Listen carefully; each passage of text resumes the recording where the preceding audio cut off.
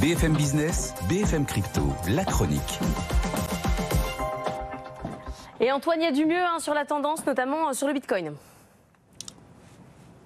Oui, on repasse le cap des 27 000 $ désormais pour la première fois depuis fin août. Belle fermeté de l'XRP, de Ripple aussi, au-dessus des 51 cents, alors même que l'Ether reste un petit peu sur sa réserve, lui avec un peu plus de 1600 $ au compteur, mais pas de grande dynamique depuis.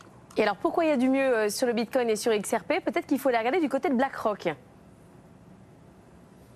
Oui, et plein de rumeurs ces derniers jours, notamment pour un intérêt marqué de BlackRock en faveur de l'XRP, désormais. Le gestionnaire qui fait des pieds et des mains pour que soit approuvé par la SEC son ETF Bitcoin. Vous vous souvenez, le rendu de décision a été repoussé pour le moment, ça a été annoncé il y a 2-3 semaines. C'est quand même en bonne voie a priori. Mais BlackRock prépare la suite, et la suite c'est peut-être la blockchain Ripple.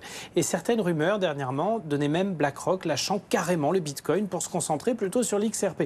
Alors de fausses nouvelles qui avaient été aussi à l'origine du fait qu'une des têtes pensantes de la stratégie digitale chez BlackRock est aussi un ancien de chez Ripple, mais rien de plus probant.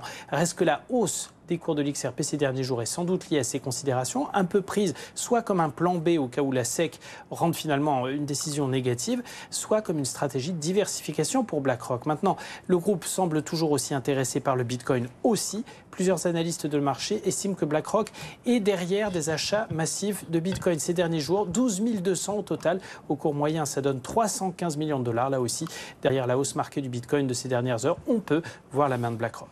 Merci Antoine. Prochain point bourse à 7h10.